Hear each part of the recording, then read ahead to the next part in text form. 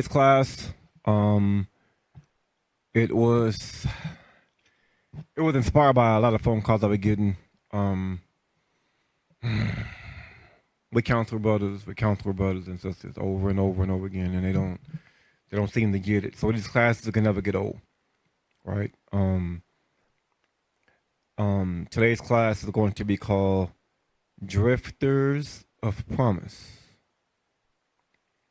because a lot of us sitting in God's house, we're drifters, and we think we're good. We don't know our condition. Sometimes our financial circumstances, or where we live, our nice house, my nice car. We're simple people because of slavery. And we have a tendency of thinking, because I'm good, right, that my finances are good, my car's good, look what kind of car I drive. I live next to white folks, right, I'm good. I live in a high-class community. You live in the hood. Well, I like the hood. I like looking at my people. They niggas while they looking at my people, right? But anyway, I'm saying that because a lot of times we're drifting, and we don't understand what we don't understand our present condition. Let's get that definition real quick. You know, I love definitions. Let's get that first definition. I'm gonna show you. We're drifters, y'all. All right, drifters. Let's find out what that actually means. Drifters of promise, meaning there's hope. Let's read that. In the biblical sense, a drifter is a person who has wandered away from their proper place, their spiritual and moral commitments. What we love is sin. We love the pleasure of the flesh. We love adultery. We love fornication. Right? We love weed, and we love getting drunk. We love drugs. We love violence. We love murmuring and backbiting. So remember, a drifter is someone has wandered away from their proper place, their country, read, their spiritual and moral commitments, or their relationship with God. So if you're disconnected with God because of your sin, meaning your secret sin, or you're doing the same thing over and over and over and over again, like you act like there's no hope for yourself, which there is, that means that you're a drifter. You have no proper place. Let's keep reading now. Watch this. The concept is often a metaphor for a faithless or unanchored spiritual state.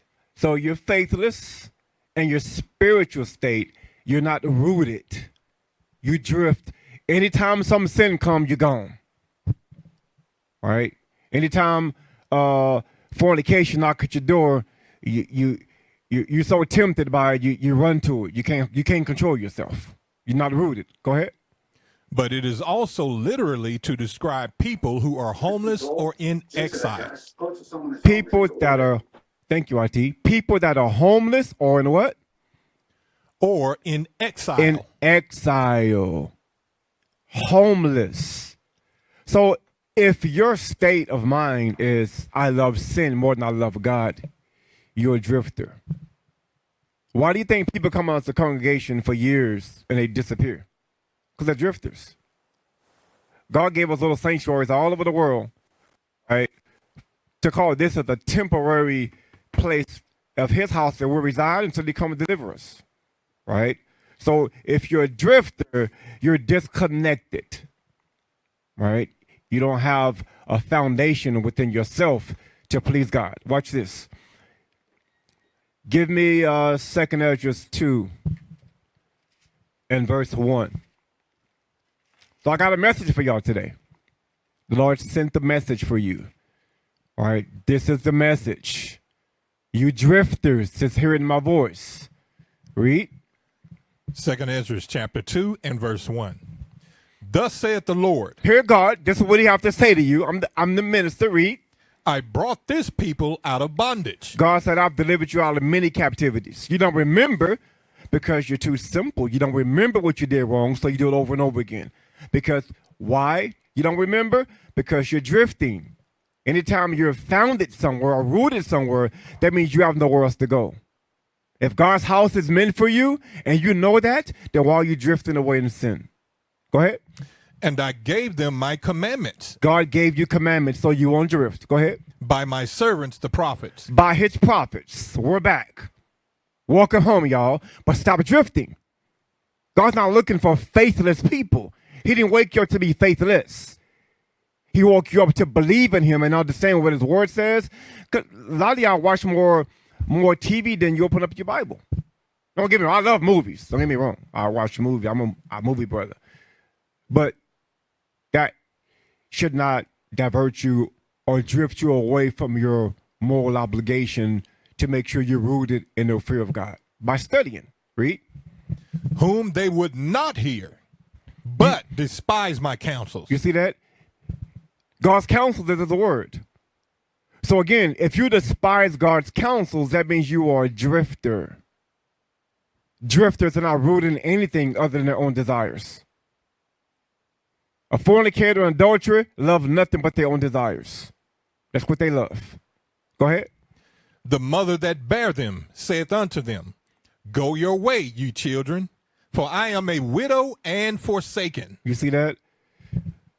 Jerusalem is our motherland. We have drifted away from our motherland because we got put into exile. We no longer have a homeland to go to because we love sin. Adultery is wonderful in the minds of wicked people who have no faith because they're not rooted. You know what? It's amazing how we can root ourselves in sin and be addicted to sin, but we can't root ourselves to God and be addicted to him. Ain't that amazing? But yet we call him Father. Yeah, we send up prayers. After you watch your pornography or you indulge in your fornication, after you get done with your secret sin, then you go pray, oh, Lord, help me with this sin. No, God, you've drifted away from God. He can't help you in your foolishness. You have to want help. You have to desire it. Go ahead. Verse 3. Uh-huh. I brought you up with gladness, but with sorrow I must now lose you. You see that? He lost us because he exiled us. Right? We were cast away from him because we drifted away from our King. Go ahead. For I have sinned before the Lord your God. I have sinned before God. So if you've sinned before God, that means you've drifted away from him. Right? You're not rooted. A drifter is someone that's homeless. Someone, guess what? That's the reason why a lot of you, you're comfortable in your house. You're comfortable in your nice job. You're comfortable in your okay, I make $100,000 a year. Okay, we're going to deal with that too. You don't know how much my house costs. Oh, okay, we're going to deal with that too. But guess what? You're on the land that belongs to your enemies that hate your guts. And you want to set up shop? Hey, remember that video where that brother was like, post up and never leave? See, y'all done posted up in Esau's house and made some dilly burgers. Oh, Master, please, I accept white Jesus. I accept your Christmases. I'll make you some dilly burgers. And I just want to stay here and I don't never want to go nowhere. That's the way y'all did in captivity. Y'all posted up. You got your little welfare checks and you got your little house and you got your little job Esau done gave you and you good. No, you can't be good because this is not your home. This is not the place for you to post up and to live forever. Now, honestly, 2/3 of our people, if they can post up in America and live forever, they would. But, you know, they're all going to live forever here, but it's going to be in the fire. It's going to be forever. All right? You can enjoy your house. You can sit in your house in the fire. You can sit in your brand new car in the fire when the bombs come. And just sit there and hold the steering wheel like, yeah, I'm home. You're okay. Let's see how it feels. Let's see how that works out for you. Go ahead. For I have sinned before the Lord your God and done that which is evil before him. Mm-hmm. But what shall I now do unto you? I am a widow and forsaken. Go your way, O my children, and ask mercy of the Lord. You see that? Y'all need to ask for mercy. You're drifting. See, we don't recognize we're homeless because we're comfortable. You ever seen people on the streets, right? They're having a hard time. They struggling. They lost their house for whatever reason. But they get out on the streets and homeless for so long, they get comfortable out there. They stop fighting. They quit trying to become a better person and they turn to alcoholism. They turn to drugs. That's how a lot of y'all come into the congregation. This is not our home. Jerusalem's our homeland full of heathens. Just taking craps in the middle of the land in broad daylight. The hell is this? You think that garbage nah, they're not going to be there when we rule. Why they going to be there? They're going to be in chains and shackles. But anyway, read that again. But what shall I now do unto you? I am a widow and forsaken. Go your way, O my children, and ask mercy of the Lord. Ask mercy of God. Go ahead. As for me, O Father, I call upon thee for a witness over the mother of these children, which would not keep my covenant. You see that? We were exiled from our mother. Jerusalem's our motherland. Now think about their children on the streets without parental guidance. Children run from home. They're on the streets. They don't have a clue about society. But all they know is I want to go get drunk. I want to go use drugs. I want to have a good time. Yay, because sin is fun. Right? They think sin is fun. And when they get out there, they're raped, molested, end up on drugs, wake up in another country on the streets with a miniskirt on. You told to sell as much backside as butt as you can, or we're going to put you to death. We think sin is fun until it catches up to us. We are homeless people stranded in a place called America because Jerusalem is where we're from. That's our homeland. Drifters. We've wandered way away from home and from the moral aspect and conduct of our characteristics that belong to God, which is the Bible. Because remember what that definition said earlier. It said, let's go back to it, please. Let's go back to it. Definition. The definition. Let's go back to that definition. I'm sure they lost the thought. Because I almost did. Let's read it. Come on, IT. Okay, let's get to the point. In the biblical sense, a drifter is a person who has wandered away from their proper place, their spiritual and moral commitments. Their proper place is Jerusalem. Their spiritual and moral commitments. So your spiritual and moral commitments. To be moral is to be honest. It's to be upright. It's to be free from sin. It's to be rooted in God's commandments. That's what it's referring to. So if you're not rooted in God's commandments, that means you're drifting. Why? Because you have no foundation. See, this country right now, the earth now belongs to Esau, Caucasians. They're not drifting. They're currently in current rulership. It's going to be over soon enough. But you're in another man's house, posted up, and you think you're good, not recognizing that you're a drifter. If you got current secret sin or unconfessed sin in your life, you're still drifting. You're immoral. And God is not dealing with you like that. All right, let's go back. Where we be? Second Edges. Yeah. What verse were we at? We're at verse 6. Okay, let's go. We're going to verse 10. Yes, sir. Verse 6. That thou bring them to confusion and their mothers to a spoil. We are confused. We have no identity. We have no nationality. And we think Esau is our Caucasian daddy and we black as night. They got blonde hair and blue eyes. We black as midnight with shiny, pretty, beautiful, pearly white teeth, and we think that's our daddy. No, my daddy looks Caucasian. He don't look like me. It's not that confusion. If I woke up in the morning, right, and I walked to my son's room, and I saw a Caucasian child laying in the bed, I lose my damn mind. That ain't my son. He don't look like me. But why do we think that we can look at an image of Caesar Borgia and we post up in America and say, you know what, that's my daddy. I don't care what you say. I love the blonde. It don't matter what color he is. That's the confusion the Bible's talking about. Read that again. that thou bring them to confusion, and their mother to a spoil. Our mother's spoiled with heathens in it right now. Read.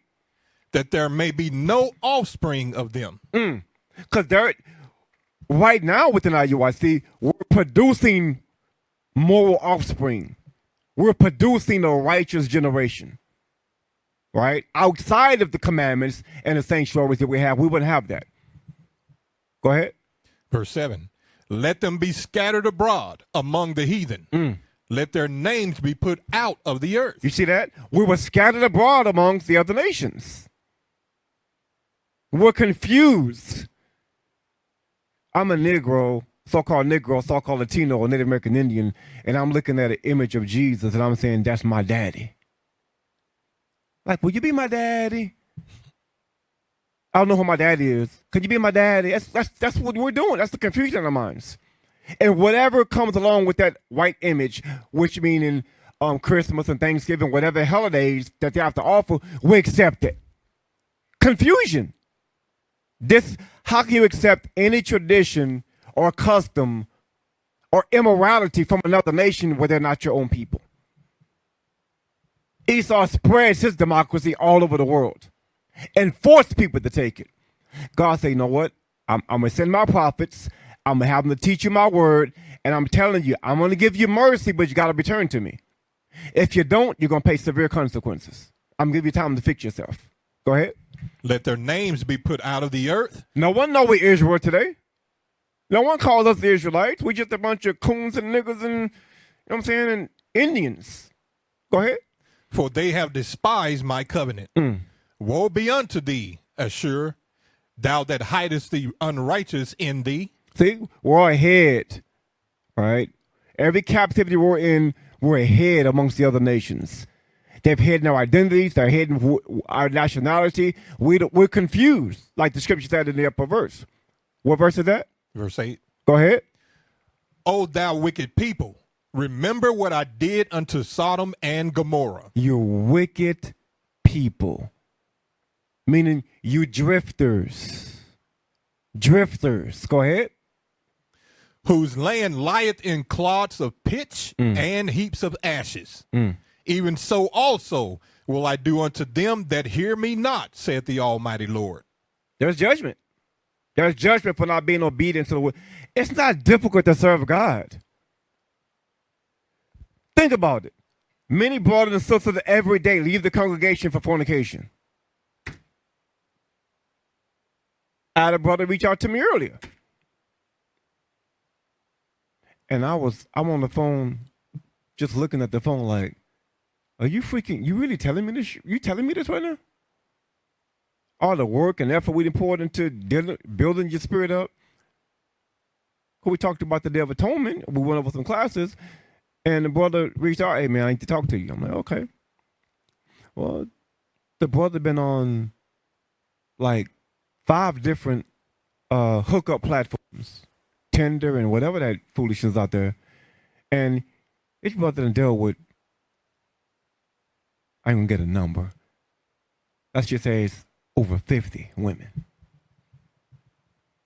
Way over 50 women. And he caught something hefty by dealing with them. I think it's time to get your ish together before it's too late. And I told him, look, you ain't condemned, but you got to change. Right? See, and I told him this years ago, but they don't listen. Right? Fornication's real good. Adultery's lovely. I love that thing. That's how we think. Drifters with no hope. Only the Bible can give us the hope. It can give us the moral state of mind that we need to survive. This world is filled with sin from the bottom to the top. This place is filled with sin. It's every freaking word. You can't escape it. But yet we spend 1 hour a day reading scripture and we fall asleep. Right? We fall asleep doing 4 chapters. And then we wonder why Satan is getting the best of us. Because you're weak and you refuse to fight because you love sin more than you love God. That's the bottom line. You're a drifter. Go ahead. Verse 10. Thus saith the Lord unto Esdras, Tell my people that I will give them the kingdom of Jerusalem. Ooh, tell my people that I've chosen. Tell the people of promise that I'm going to give them what? I will give them the kingdom of Jerusalem, I'm going to give it to you. Read. which I would have given unto Israel. So, was that verse 10? Yes, sir. Okay. Watch this. Let's go to Hebrews. Oh, you know what? No. Give me, yes. Give me Hebrews 11. Hebrews chapter 11 and verse 15. And truly, You know what? No. Give me 14. Sorry. verse 14. Yeah. Hebrews Yeah. chapter 11, verse 14. Go ahead. For they that say such things declare plainly that they seek a country. Read that again. For they that say such things declare plainly that they seek a country. Go a verse up. We'll get the idea, the understanding. Verse 13. These all died in faith. These all died in faith. Why did they die in faith? Because they didn't receive the promise of the kingdom of heaven God had promised to us in Ezra. I'm going to give you the kingdom, but you got to work for it. Right? How are we going to receive something we haven't worked for? We all got rent. We all got bills to pay. And if you don't work to pay your bills, you're going to be on the streets. You're going to be homeless. Same thing when it comes to God, the promises of the kingdom of heaven. You got to come in God's house. You have to do the work. It don't matter how tired you get. You sinned against God. You broke the commandments. Guess what? Now we're in captivity. God said, I'm going to give you the kingdom, but you're going to have to work for it. Come into my house and do my work. I got bills in my house to be paid. I need you to study. I need you to examine yourself. I need you to stop drifting and get your ish together, because I have a house to build and people to raise up in my spirit. But we got brothers and sisters on both, brothers on one side, sisters over here, and we sit there every day, every week. We barely come to the Sabbath, barely show up to the feast days, and we think that we're good. Read that again. These all died in faith, not having received the promises. That promise is what, brothers? The kingdom. We ain't received no. And you know what? Some of us think we're in heaven.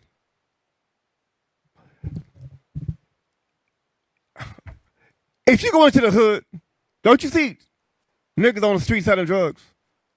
Ain't there prostitution? That's the kingdom that you want? So if you're drifting, or you saying that I love fornication, or if you're in the spirit of you're posted up in this present captivity and you think that whatever I have, I'm good. No, this is not your place of rest. This is not your homeland. This is another man's country that he invaded. He murdered, committed mass genocide for. And now you've posted up making dilly burgers at your job, telling Esau you're my daddy, and you don't want to go anywhere. If you desire to pay your bills, you're going to get up and go to work if you're a responsible adult. A lot of you come into God's house, you're irresponsible. You come in God's house with a welfare mentality, thinking it's going to be given to me. No, you deserve death and hellfire. That's what we all deserve. When we come in God's house, like, God know my heart. God loves me. See, you don't understand. God loves me. No, our forefathers died without even receiving the freaking promise, and you think you're going to get the kingdom of heaven, and you ain't done nothing. You're drifters. Drifters in a land that you're coveting with drug dealers and gangbangers, and we got hundreds of thousands of black children missing. And you post up and you think this is your kingdom? Yeah, you're crazy. Your cheese and slid off your cracker. That's what happened. And you think Esau your daddy. It's crazy. Go ahead. These all died in faith, not having received the promises, but having seen them afar off, and were persuaded of them. You see that? They were persuaded. That's all what the Bible said. God said, I'm going to give you the kingdom. But they understand I got to work for it. And I'm going to die and work until my last freaking breath to make sure that when I die, my God is happy enough with me to say, okay, you know what? I'm going to let you rule the earth when I return. That's how we have to see this, but we don't. Go ahead. And embrace them and confess that they were strangers and pilgrims on the earth. We are strangers and pilgrims on this earth. You know why? Because we're not in rulership. Our enemies are ruling. And you got dumb Negroes. It makes no sense. What the hell is a black caucus? Caucus is Caucasian from the Caucasus Mountain of Georgia, Russia. But no, Master say I can be a part of the black caucus. And I can help pass. No, nigga, you don't pass nothing. You're told what to do. You got people ruling over you that's not yours, and whatever they say do goes. I think years ago allegedly they told Colin Powell that if you run for president, we're gonna assassinate you. They told Oprah Winfrey, I don't care how many billions you got. Because remember years ago, she tried to buy the pharmaceutical company and give it to Africa. They're like, no, little nigga girl, sit down somewhere with your little money, right? That's it's yours, but it's on loan. You can't do whatever you want to do with it. Right. Who gonna tell Esau what he's gonna do with his money? You ain't telling them nothing. But we free. I got my house. You see how good my house look? My car. It tells me when another car's on. It got a sensor right there. I know when another car's coming on the side. Master did that for me. Y'all simple. You post it up, right? You gotta keep making Esau Dilly burgers. Let's see how it work out for you. Go ahead. For they that say such things declare plainly that they seek a country. We seek a country because we're drifters on a land that's far away from our own home. Go ahead. And truly, if they had been mindful of that country. If we'd have been mindful of what we had it made. No death, no pain, no suffering, no crying, no freaking trauma, no whoremongery, no adultery. We was great in the kingdom of heaven. But what do? We love adultery and fornication, and we love weed, and we love sin. Can't help ourselves. Ain't that some issue? We chose sin over living forever. We are crazy people. Go ahead. For if they had been mindful of that country from whence they came out, they might have had opportunity to have returned. What verse is that? Verse 15. Go ahead. Verse 16. But now they desire a better country. We desire New Jerusalem. We desire our own country. Go ahead. That is an heavenly. Wherefore it's God, a who? An heavenly. It's heavenly. Go ahead. Wherefore God is not ashamed to be called their God. God is not ashamed to be called our God. You know why? Because he knows each and every one of us. Because he chose us to be a great people. He chose us to be a mighty people. And we have to conduct ourselves in the moral aspect of God's will like he commanded us to do. It's not difficult. We can be the most ratchet, filthiest piece of ish on the earth. How come we can't be the most great and holy and the most profoundly moral people as we are as there ever existed? We will go far and beyond for righteousness. But when it comes to morale and dignity and self-respect, no, I'm just tired of I'm tired of having self-respect and dignity. It's just easier to be a filthy pilgrim. That's how we think. It's easy to be filthy. Who can't be filthy? It's easy to do. But if you have some sort of moral standard, which is the Bible, it'll give us that ability to achieve the things that God said we can do. Go ahead. For he hath prepared for them a city. The city is what, brothers? Jerusalem. Go ahead. Verse 17. No. Watch this. Give me the first article. Here come the good part. Give me the first article. Article 1. I'm just talking like all this stuff I go through. Go ahead. 50 years ago today, President Nixon declared the war on drugs. War on drugs. That's actually was war on minorities. Mm-hmm. It was war on pilgrims. It was war on drifters. It was war on the homeless. That's what it's war on. Now think about it. If you're homeless, you have no country to fight for you. You have no laws to govern you. And people can do whatever the hell they want to do to you. But if we commit ourselves back to our moral code, which is the Bible, God's laws, we got a king sitting in the right hand of the Father who created all things, who will fight and back us up. But what do? Christ, angels, God live forever? Nah. I want adultery. I want sin. It makes no sense. That's why 2/3 got to die, because we're not going to get it right. Go ahead. The war on drugs targeted communities of color and has caused decades of harm. It's a war on the people of color, the Israelites. Go ahead. Today, police make more than 1.5 million drug arrests each year, and about 550,000 of those are for cannabis offenses alone.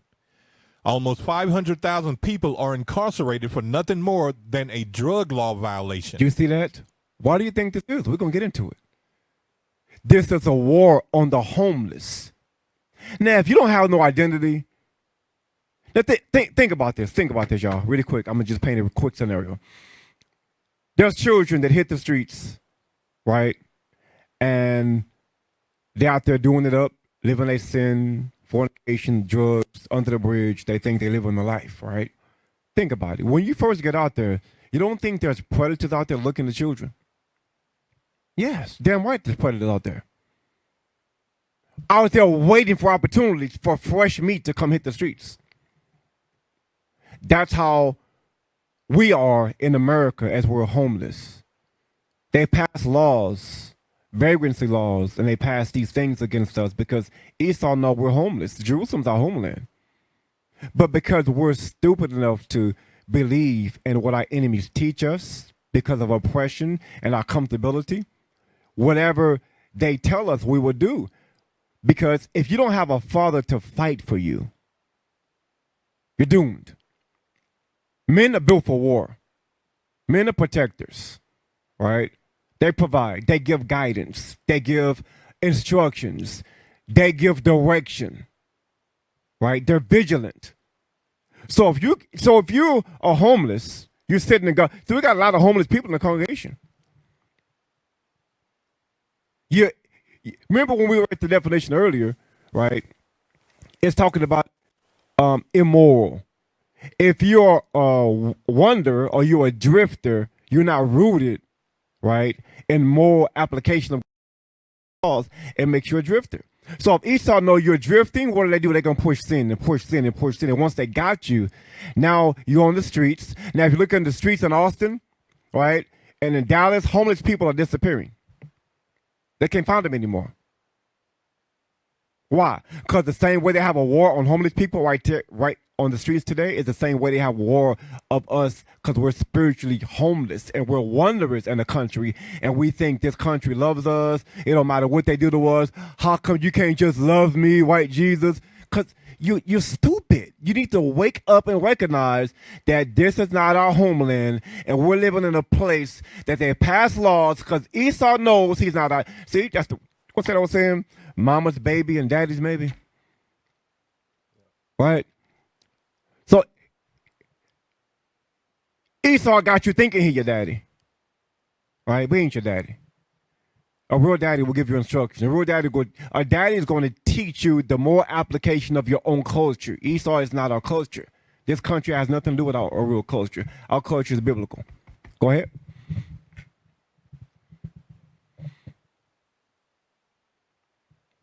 You left me in the corner.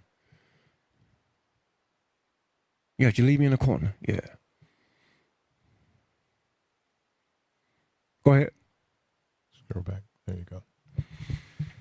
Almost 500,000 people are incarcerated for nothing more than a drug law violation, and black and brown people are disproportionately impacted by drug enforcement and sentencing practices. Because we're homeless. We don't have a father to fight for us because we don't obey his rules. If you live in God's house within a sanctuary, angels and the Spirit of Christ will fight for you. But what do? We give you counsel and you go against the counsel. Because you're still a vagabond in the spirit. You're still drifting. You're still immoral. Go ahead. Rates of drug use and sales are similar across racial and ethnic lines, but Black and Latinx people are far more likely than white people to be stopped, searched, arrested, convicted, harshly sentenced, and saddled with a lifelong criminal record. And we go. I'm not gonna read all of that. This is some good stuff right there. Y'all gotta read that. Watch this. Give me. I gotta jump ahead.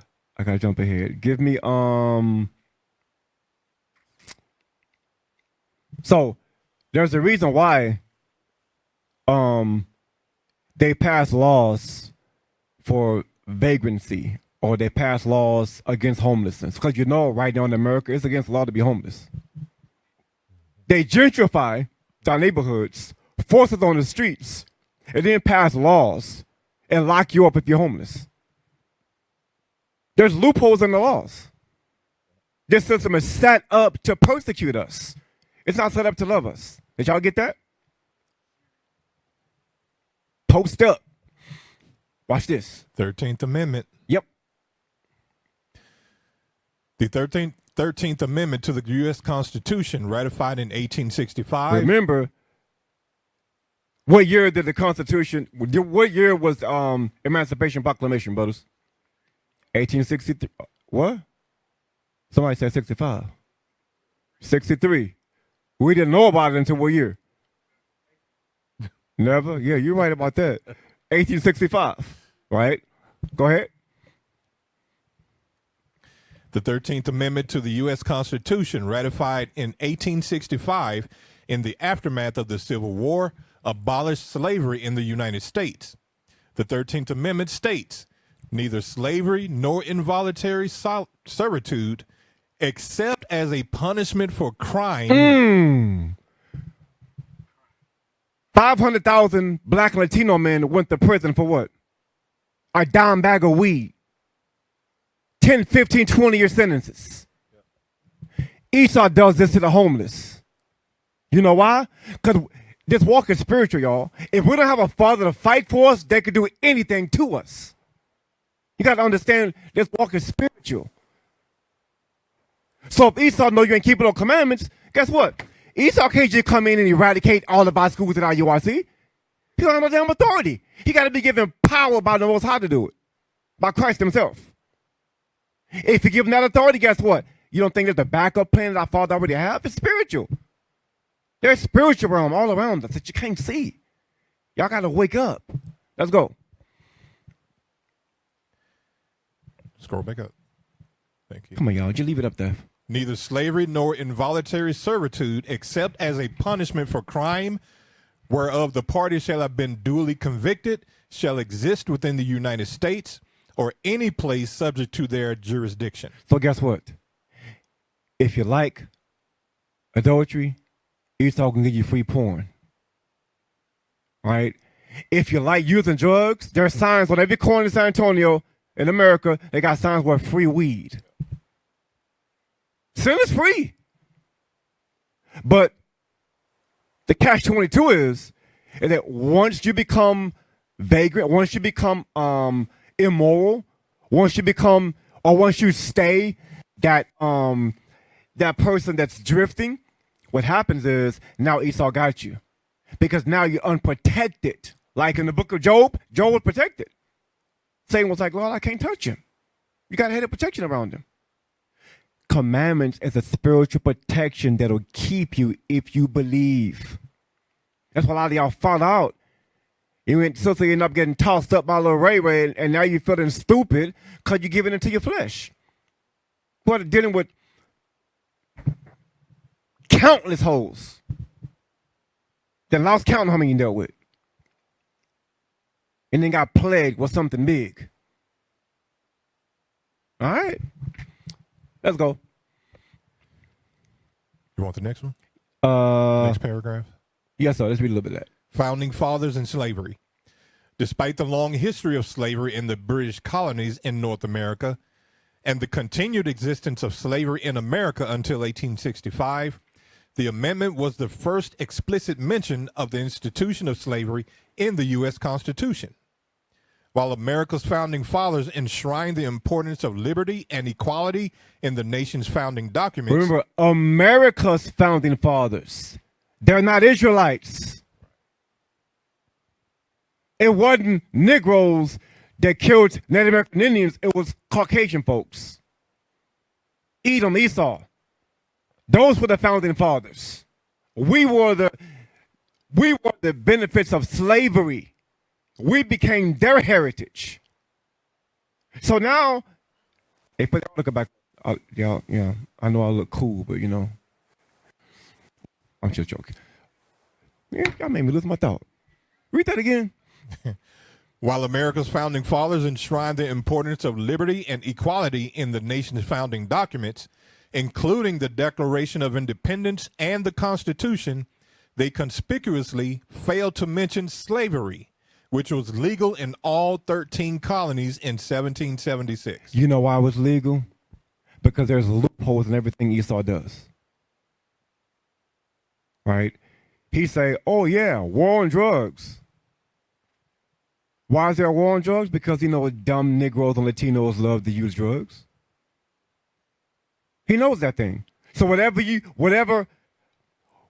stepdaddy, your wicked stepdaddy give to you, you accept it because he's Caucasian. And everything white is right. And whatever he gives me, I just loves it. This is not about race. Well, this is not about racism. It's about nationality. And this country has nothing to do with our nationality at all. It has nothing to offer us that's good for us. Because if we accept in Esau's in his captivity, whatever our enemies give to us, you become homeless. You've now moved into another man's house. You left your daddy's house, now you're moving into another man's house. What the hell? Think about this. You don't know what you're going to get moving to a stranger's house. Esau is a stranger. He's our long-lost, strange brother. He's wicked as hell. So you leave God's little sanctuary and say, you know what? I'm out. Guess what? Now you're homeless. You posted up in another man's territory, and now it's free game. Because there's no hedge of protection around you to keep you. Because you're drifting. You're homeless. Go ahead. Many of the founders themselves owned enslaved workers. And though they acknowledged that slavery was morally wrong, they effectively pushed the question of how to eradicate it to future generations of Americans. You see that? Watch this. Give me I think I labeled it pittance. Go ahead and post that. Because remember, if you are immoral, if you're a drifter, if you love sin, right, that makes you spiritually homeless. And a lot of you take it as if I got my house, I got my car, I got my good job, and I'm good. I'm not homeless. You got spiritual mind. Spiritual people understand spiritual things. This is the spiritual captivity, right? Meaning we can't physically bust our way out. We have to spiritually bust our way out with your mind. A lot of you got to gird your minds up because your minds are weak. Weak-minded people are easily misled. People that are drifters, you're unrooted. In God's commandments, you're easily misled. Big Booty Betty, Bigfoot Ray, you're gone. You can't help yourself. A little weed, a little drunkenness, whatever your sin is, you out the door. Weak-minded. Strengthen yourself. All right? Y'all got that? All right, watch this. For you brothers and sisters that think that you just, woo, I make good money. You're okay. How much America makes can refer to various concepts, such as the U.S. government's revenue, which was $3.29 trillion in fiscal year 2024. This white man make $3.29 trillion a year. I make $100,000. Sit your broke ass down somewhere. The hell is wrong with you? I mean, Goodman, you see my car? Stop. This man owns freaking airports. And you think you're good. No, you're broke. You're broke. Read that again for our simple people. How much Esau make a year? $3.29 trillion in fiscal year 2024. And guess where most of their income come from? Watch this. Or personal income with a median annual earnings of approximately $60,070 for full-time year-round workers in 2022. Those are the slaves. Because remember on the plantations, during the black, I'm not going to pull it up, I'm not going to have time. Remember with the black code laws? Remember during the Emancipation and Proclamation, in 1865, they say, oh, nigga, y'all free. They're standing around looking at each other like, well, hey, Bob, what we going to do? I don't know, Billy. What we going to do, Billy? Esau was like, you know what? Come here, little nigga boy. Come here, little nigga girl. I'm going to give you something. I'm going to give you a little wage, right? And go back to the plantation. Right? I'm going to give you a little pittance pay. That's what they called it. I'm going to give you a little minimum wage. Like, I make $25, I make $50 an hour. Shut the hell up. This man make $3.29 trillion. That's the pittance to keep you niggas quiet. Work my plantation, nigga. Keep making my trillions. Build my house. Don't worry about no commandments. God is mean. He's an ugly black God. I'm Caucasian, and I have blonde hair and blue eyes, and I just love you. God is mean. That black guy is ugly and he's mean. He's an angry guy. Come serve me. I'll give you adultery and fornication. I'll even give you free weed. I'll give you a free flu shot. Don't worry about it. I got you. Come on. What do a weak-minded Negro Latino do? Yeah. I think I'm going to go. God is mean. Oh, I like the white Jesus because God is mean. No, God loves you enough to correct you, to get your mind right because you don't understand what's coming. You tell your kids, no, you can't do this and this and that. Like, how come I can't do it? Just sit down and shut up. You don't have a clue what's out there in the world. That's what God is telling us. Sit down, shut up, and obey my commandments because you don't understand what I got prepared for you in the kingdom of heaven. If you got faith and believe in me, I got you. But Cesar Borgia said I don't have to do all that. I can just enjoy my weed, my fornication, and adultery, and that's all I got to do. Because you're weak. There are going to be strong people in the kingdom of heaven. You know why? Because we have to rule other nations. We have to take down the other nations. And we need strong women to back us up to fear God. That's how you build the nation. But some of you are like, I don't know about that. What he talking about? I just love me some sin. Okay. Keep playing games. Go ahead, bro. Alternatively, it could mean the total wealth, estimated at $123.8 trillion in 2023, or the overall economic output, which is the GDP, which was $27.36 trillion for 2023. So look what y'all got. Look what y'all out there that are drifters. You contributed to that. You know why? You go pour all your money into Esau society.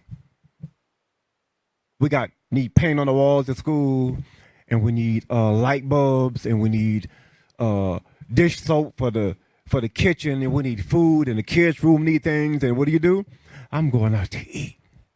The hell with the school. You're contributing, idiot, to $3.29 trillion. We broke people. Esau taking a bunch of broke Negroes and taxing the hell out of us. And now he say, you know what? 3.29 trillion? It's okay. Just come serve me. Just take your minimum wage job. Just take the little job. Take your what they call it, your skilled labor. Take your little skilled labor job, get $30 an hour. That's a lot of money for a Negro. It's a lot of money for you. Take your house costs how much? $500,000? You have $1 million home? Good job. While he's making $3.29 trillion to keep you quiet to continue contributing to today's society. Go ahead, man. Keep reading. I thought we were in a deficit. Are we? $3.29 trillion a year? I think not. God said this is the most richest place on the earth. Yeah. There ain't no deficit. This is all made up to keep dumb Negro Latinos quiet and silent and humble with their little pittance pay.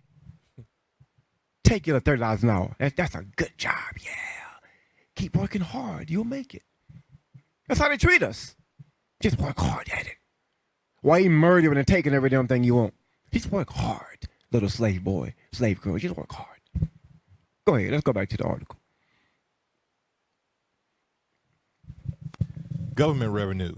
The U.S. government collected $3.29 trillion in revenue in fiscal year 2024.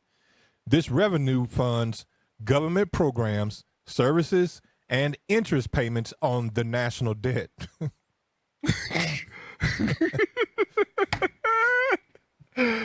Bro, go ahead. Personal income, median annual earnings. For full-time year-round workers, the median annual earnings were $60,070 in 2022 and $61,984 in fourth quarter 2024. Median weekly earnings. The median weekly earnings for full-time workers were $1,192 in fourth quarter 2024. Yeah, you Negro, your little median paycheck that you're so proud of. I got a better job than you. My house is better than yours. Look what I got. You simple people.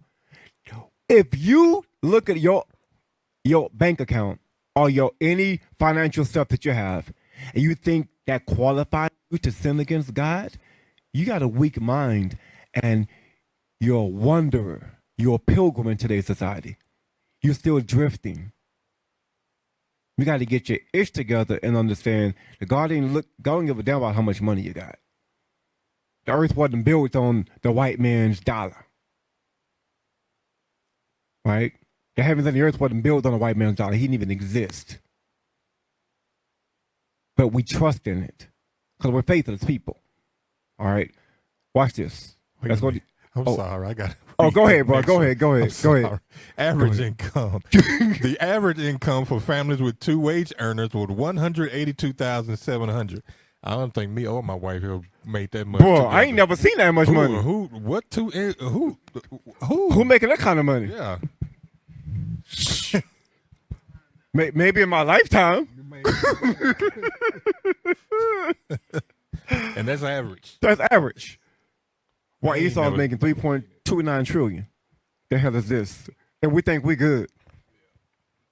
I just love America. Yeah, and you think man, I'm telling you, Esau did a number on us, y'all. He did a number on us, and we got to shake it off. Let's go back to Hebrews 11. We have verse 17. Yes, sir. Verse 17. By faith, Abraham, when he was tried, offered up Isaac, and he that had received the promises offered up his only begotten son. You see that? It all gonna being a pilgrim in another man's kingdom is gonna cost us something to get out. It's not gonna be free. Abraham and Isaac both had to sacrifice. Guess what? We got to sacrifice. And what is God asking us to sacrifice? Give me that precept. I'm asking to put the time up. I ain't even looking at it. Yeah, go to what's it, Psalm 51? I think it's 17. This is all God's asking you to do. The Lord is asking you to do this. It ain't much. This is it. Watch this. Isaac had to what? Sacrifice. Abraham had to sacrifice. Right? We all had to sacrifice. But we don't want to sacrifice nothing because it's too difficult. Because I just love sin. Yeah, okay. Psalm chapter 51, verse 17. That's what God asked you to sacrifice. Watch this. The sacrifices of God are a broken spirit, a broken and a contrite heart, O God, thou wilt not despise. He just asked you to change. Just change and come back to me. Serve me, and I got you. That's all he asked you to do. But no, I can't come to the Sabbath. I got to work. I ain't got time for God, man. You don't understand. I got bills to pay. Well, if you died, you wouldn't have any more bills. And because you're not giving your all to Christ, you think you're going to make the kingdom of heaven? No. This place is temporary. We're here today, we're gone tomorrow. I looked at my ID the other day, I'm like, damn, I'm 50, I'm 23. Like, damn, I'm getting old. Couldn't believe I was turning 23. You believe that, bro? Why you looking at me like that, man? Come on. Work with me here, work with me. This is the book of Hebrews, chapter. Sorry, y'all. You look good, bro. Sorry, y'all. I said I'm in 53. Yeah, I'm in 53. Yeah. It was just like I was just at my mama's house yesterday. And I woke up and I got some grown-ass kids standing on my furniture. What the hell is this? They were just born. All my damn food gone out the refrigerator. I got to go to the store every week. Walk around the house wearing my shoes. Same size. What the hell is this? Anyway, I digress, bro. My bad. Can you read that again? Psalms? Hebrews. Hebrews, please. Hebrews chapter 11, verse 17. By faith, Abraham, when he was tried, offered up Isaac, and he that had received the promises offered up his only begotten son. Now, is God asking any of us to sacrifice our children? But the dumb black woman sacrificing them every day. Because she loves fornication. She just loves adultery. So what did she do? She sacrificed our babies for her pleasure. That's what she does. And guess what? Shout out to the black woman. Dumb Negroes. I'm trying to find some good words. You know, go left fast. The dumb Negro jump between the legs, if I can say that, and have babies. And because they want freedom to sin more, and they don't want to be tied down with responsibility, that's how you know that the Bible's a real book. A black woman would commit fornication or adultery, abort our baby, because she don't want no responsibility. That's the key indication that she cannot be responsible to God. Because serving God is a lot of responsibility. Right? And when you, Israelites, our sisters, when you start committing yourself to the word of God, remember, the Bible is a masculine energy. The Bible is it's a book of masculinity. Right? This is God's word come out of his mouth. So when you say, I don't want to obey the word of God, you're running from the discipline of the masculine energy that's in the word of God. I serve Jesus, not no man. Well, if you serve, what Jesus are you talking about? Because the Jesus that I know in this Bible, he's a God of discipline, order and structure. And you wouldn't be shaking your neck in his face right now if he was present. Your head be rolling down by your feet. Literally. Anyway, go ahead. Of whom it was said that in Isaac shall thy seed be called, accounting that God was able to raise him up, even from the dead, from whence also he received him in a figure. By faith Isaac blessed Jacob and Esau concerning things to come. By faith Jacob, when he was dying, blessed both the sons of Joseph, and worshipped, leaning upon the top of his staff. By faith Joseph, when he died, made mention of the departing of the children of Israel, and gave commandment concerning his bones. By faith Moses, when he was born, was hid 3 months of his parents, because they saw he was a proper child, and they were not afraid of the king's commandment. By faith Moses, when he was come to years, refused to be called the son of Pharaoh's daughter. So what is all this requiring? What is God requiring us to do? Have faith. That's all he's asking. Have faith. Hey, I got one more. Go ahead. Post up that. I just posted up in the classroom content. Yeah.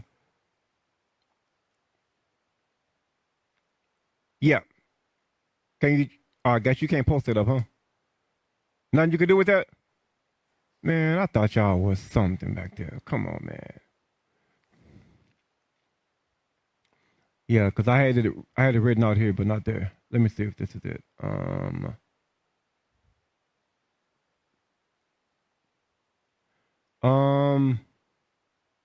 You got it? Y'all all right, RT. Y'all all right.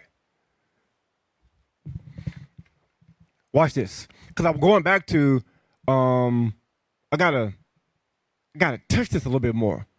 Because this is one of our biggest hangups, right? We're in captivity, times are difficult, finances are difficult to come by. There's more homeless people now on the earth than ever been before. I ain't even touched my videos. Man, I might do this again. Yeah, I got a lot of videos I ain't even touched. Did y'all got that? Watch this. As of September 5th, 2025, the average hourly pay for a domestic worker in the United States is $18.73. How many of y'all brave enough to raise your hand if you make $18 an hour? Anybody want to say nothing? Now look. Thank you, bro. Thank you. You a domestic worker. Yeah. Yeah. Like they won't say nothing now. Like, not me. Hey, if you're making $50 an hour, raise your hand. Hey, see, nobody want to raise their hand now. They cut. How many of y'all make $100,000 a year?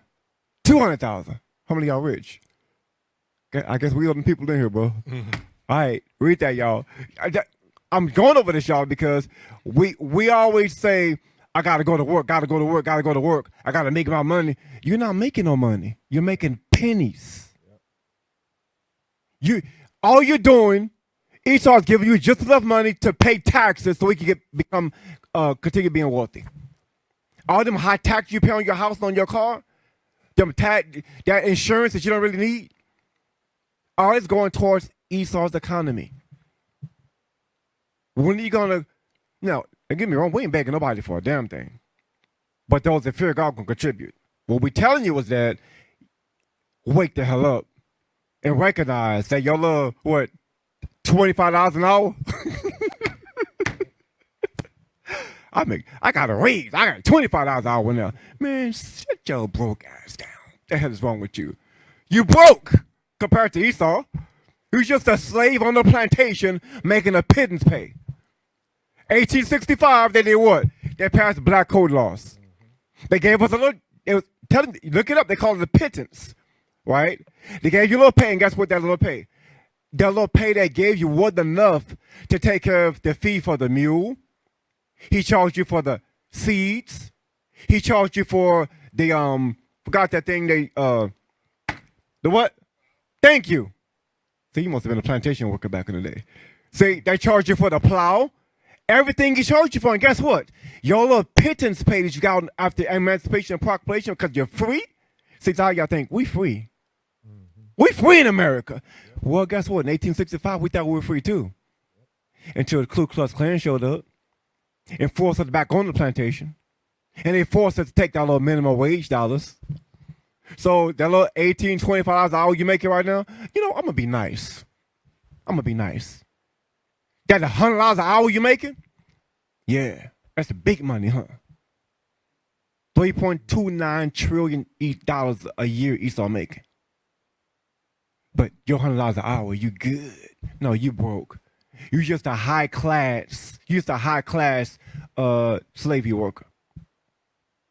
The slave niggas made more money in the house than the field workers. Right? They got a little more pay. You get to drive Miss Daisy.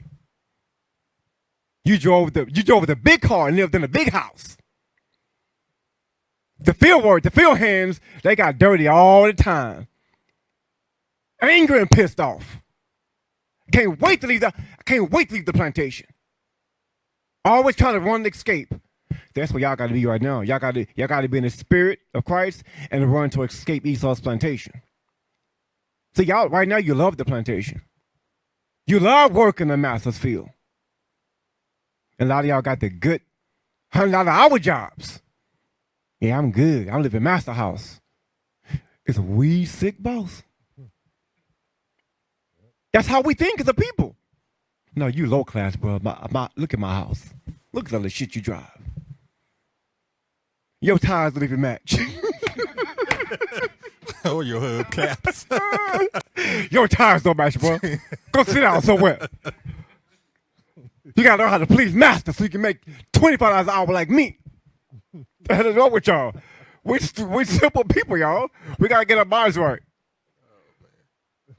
I'm saying that because my tires don't match.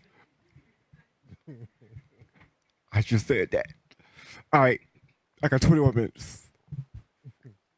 All right. What was that, bro? What was it? All right. Give me Revelation 21. I can't go through none of those videos, man. I'm going to do another class to this. I'm about to name it something different. Revelation 21, let's start with verse 1. Because I just want to touch on if you don't escape the plantation, right, we're going to read about what you're going to miss out on. We are hurting. We're all traumatized. We all got pain and suffering. We all got issues in our lives. That's why we're in God's house. We're sick, y'all. The only difference between me and you, I've been getting a little more healing than you. Right? I've been doing it longer, so I've healed more. Like y'all, the longer you do it, the longer you commit yourself to Christ in sincerity, the more you heal. It don't matter about your issues. We all got issues. I still got issues. Ask my wife. She'll tell you how many issues I got. She don't have none, though. She's just perfect. I'm trying to be like her. Don't believe that. Anyway, read that, bro. Revelation chapter 21 and verse 1. And they saw a new heaven and a new earth. A new heaven and new earth. This is what, remember in Hebrews 11, he said that they died without receiving the promise. This is the promise, y'all, that we can receive if we endure this until the end. But you got to strengthen your minds. Quit being weak-minded. Remember back in the day, your mom would say, quit being so damn weak-minded. Quit doing everything everyone else tells you to do.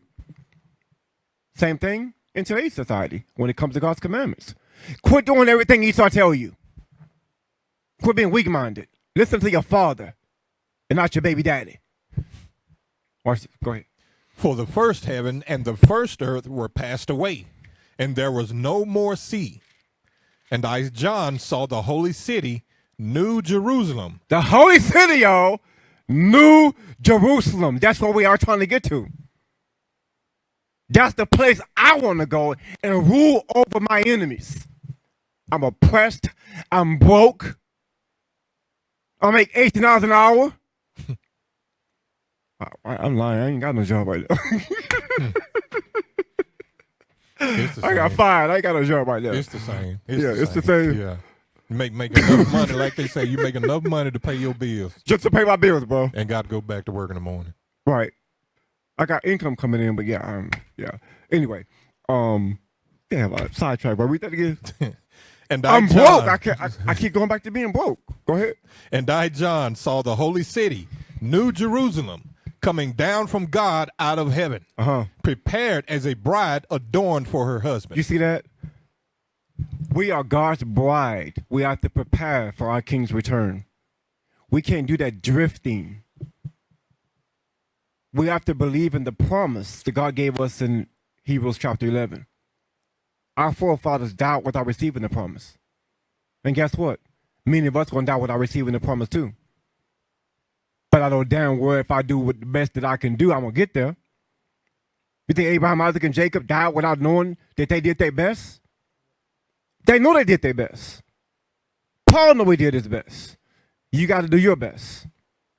The scripture says, blessed he with conscience, condemneth them not. Do the best that you can do. Even when you mess up and you fail, and sometimes it don't seem like you doing enough, all you can do is your best. All right, go ahead. Prepared as a bride adorned for her husband. And I heard a great voice out of heaven saying, behold, the tabernacle of God is with men. And God's tabernacle, the kingdom of heaven is where? In you. It's in you. God's morality is in you. The commandments is in you. And guess what? Wherever God's commandments is, when he return, that's where the kingdom will be established. That's going to be on the earth. God will always go back to where he planted the seed. Ain't that what a real man does? You got a bride, that's your wife. You go back home to where you plant your seed and you take care of your children. Our king's coming back to take care of his children because he placed his word within us. We got to produce the moral, righteous, spiritual mentalities to make sure that we're prepared for the return of our Christ. That's what we have to prepare for. Don't give up eternal life for what? Some black woman's fake backside? Are you freaking kidding me? Read the articles after a while it starts stinking because, they can't wash back there. I'm serious. I was on the airplane coming from to New York. It was this. I gotta tell this story. When we traveled to New York for men's conference, it was a sister sitting beside me, and she was sitting there like I told my wife about it. She was sitting there the whole time like this. Like, I'm like, what is she doing? And I looked down. She was looking at my zipper like. I'm like, the hell? And she was just like. She kept looking. I'm like, this. I said, sister, oh, she was half naked, and she was sitting right beside me. I couldn't go nowhere. And guess what? After the plane ride was over, no, she got up to go to the restroom right before the plane ride was over. And when she got up, y'all, I smelled nothing but stank. I almost freaking vomited. God is my witness. I'm telling you, I almost vomited. So you're going to give up eternal life for that? Y'all stupid as hell. I'm telling you, man. All right, I digress, y'all. I'm sorry. Go ahead, bro. Behold, the tabernacle of God is with men, and he will dwell with them, and they shall be his people, and God himself shall be with them and be their God. He said he shall be with them and be their God. God's desire is to be with his people. His desire is to come back and redeem you and set you up over all the other nations. But it's going to cost you something. It's not going to be easy. You got to ask yourself, are you prepared to pay whatever price needs to be paid to live forever? Now, we all want to say yes, but we got to fast, we have to pray, we have to apply what God commanded us to do with the commandments. So we can't worry about what hasn't happened yet. Because how many of y'all got a favorite movie? Raise your hand. Who got a favorite movie? Damn, some of y'all need a TV. Hey, raise that hand. We're going to take up donations for TVs for y'all. What the hell? Y'all ain't got a TV? You got to watch, Mordecai. Well, that's right. I forgot. Your mom make $100,000 a year. Yeah. She broke like me. Anyway, I lost my thought. Yeah, how many of y'all got a favorite movie? We're going to help some of y'all. Y'all don't watch TV. Okay, think about it. Your favorite movie, you know every line, you know every word, you can quote it. My favorite movie, y'all know that movie Tombstone with was it Kilmer? What's his name? Val Kilmer? That's one of my favorite movies, man. I got it memorized. Like, for real. I memorized that movie. And I watch it all the time. So when I'm talking to my family, I'm quoting that. It was like, they catch on, they know what I'm saying, right? It's like, where that part come from that movie? It was like, oh, Tombstone. I was like, yeah, that's my favorite movie. I'm going somewhere with this. Everything's predestined. Give me that in Romans 8. I'm going to close out with that. Oh, I think it's 26, somewhere in there. Yeah, somewhere in there. Think about it, y'all. From the time of Genesis to the end of Revelations, it's a movie that God already written out. The script is prophecies. So the movie, when leadership come on Sabbath class and deacons and captains are going over these classes, guess what? God is showing you the movie that's gonna happen and you're in it. But you gotta prepare yourself for your role. You can't prepare yourself for your role if you're not Do you think why the sister gonna like this? Billy D. Williams? Like, watch them smile. Look at them sisters smiling. They like Billy D. Like, who's Billy D. Williams? Some of the young people like, who's Billy D? So, like, just say Billy D. Williams. Do you think all of the famous stars in Hollywood, do you think they could be famous without memorizing their scripts? They wouldn't have no damn job. They're like, no, you fired. You can't even remember the first line. Right? They got to go to what kind of school? Acting school. Think about it. Amos 5:11 says we must do what? Rehearse the righteous acts. We're role playing right now. We're finding out where's my role in this movie. Where's my role amongst the congregation? What office do I must become a part of to be a part of God's movie? You gonna be the good guy in the movie, or you gonna be the bad guy in the movie? You gotta ask yourself that question. See, you got the 2/3 in the movie, and you got the 1/3 in the movie. The 1/3 always getting jacked the hell up. The 2/3 is like, yeah, we ruling, yeah, hell with y'all. Okay, but when this movie play out, we're gonna see all the people with the 144,000 with the credits. Okay, the credit. Okay, these people right here, these are the ones gonna make the kingdom of heaven in the end of the movie. But the ones in the movie that didn't learn their role and take their place, you're not gonna get there. Read that. Watch this. Romans chapter 8 and verse 28. And we know that all things work together for good to them that love God, to them who are the called according to his purpose. For whom he did foreknow, he also did predestinate. God chose each and every one of us for a purpose in these last days. There's not a damn thing the other nations or Esau can do about it. How many of y'all can go to Hollywood and name a favorite movie star today? Who? Idris Elba. Idris Elba? I don't know. I don't even know who he is. No, I'm old. I said Billy D. Williams. He said Idris Elba. Whoever the hell he is.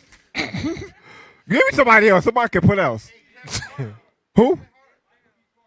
Thank you. That's somebody. Yeah. Thank you. Michael B. Jordan. Right? So think about it. Can you go in Hollywood and find Michael B. Jordan? You'll lock your little black ass up. Still out of here. What's wrong with you? We have these people to do a job. They throw you in jail. Who can come take your role that God gave you out of his hand? Right. Nobody. But the problem is some of you don't like the role that God gave you to play.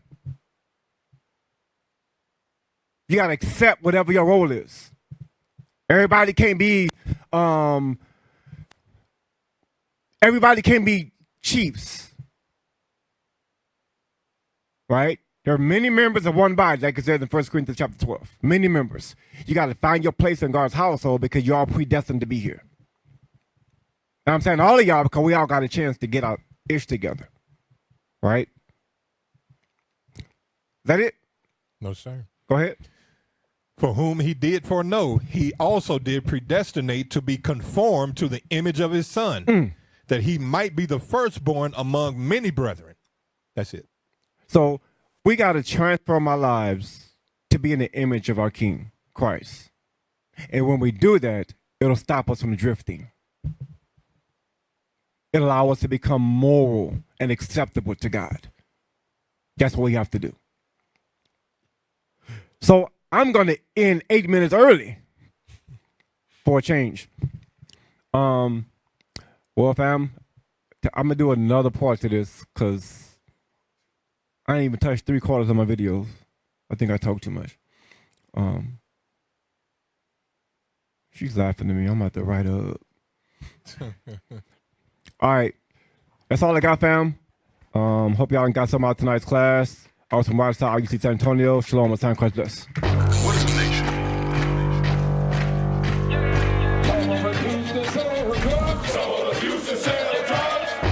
Nation is men leading by example.